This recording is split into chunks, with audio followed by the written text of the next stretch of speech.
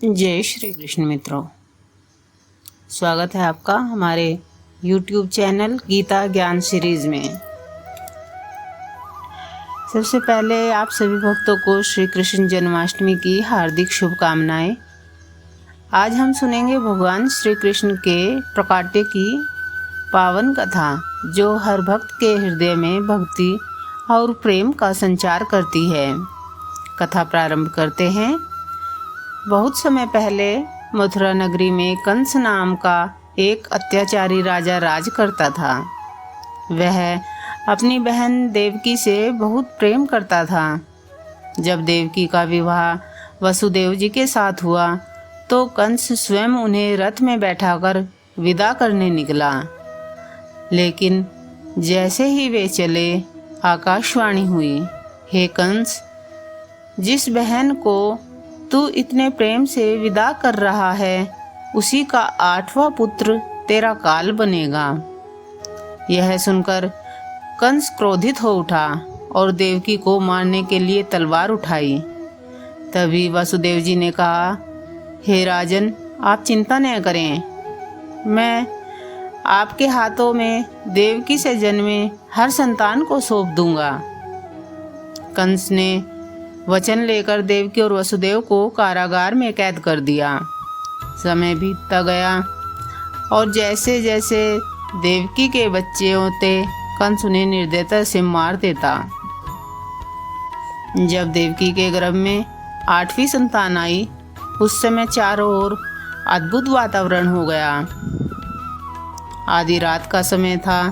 भाद्रपद मास की अष्टमी तिथि, रोहिणी नक्षत्र में काले बादलों की गर्जना और वर्षा के बीच भगवान विष्णु ने स्वयं प्रकट होकर कहा, हे माता पिता, मैं आपके पुत्र के रूप में जन्म ले रहा हूँ। मथुरा में मेरा जन्म कार्य है और गोकुल में मेरी बाल लीला होगी।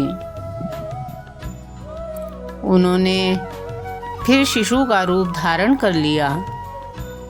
तभी कारागार के पहरेदार सो गए, बंद द्वार अपने आप खुल गए और वसुदेव जी ने बालक को टोकरी में रखा। भारी वर्षा हो रही थी। यमुना मैया का जल उमड़ रहा था, लेकिन शेषनाग अपने फन से श्री कृष्ण की रक्षा कर रहे थे। वासुदेव जी बालक को लेकर गोकुल पहुँचे और वहाँ नंद बाबा के घर जन्मी नवजात कन्या के स्थान पर कृष्ण को छोड़कर लौट आए। सुबह होते ही कंस को सूचना मिली कि देवकी की 8वीं संतान जन्म ले चुकी है।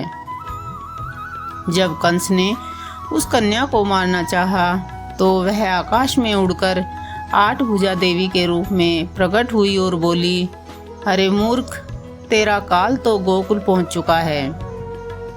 जन्माष्टमी के दिन व्रत रखकर रात्रि 12 बजे भगवान श्री कृष्ण का जन्मोत्सव मनाना, उनके बाल रूप का दर्शन करना और कथा सुनना मनुष्य के सभी पापों का नाश करता है।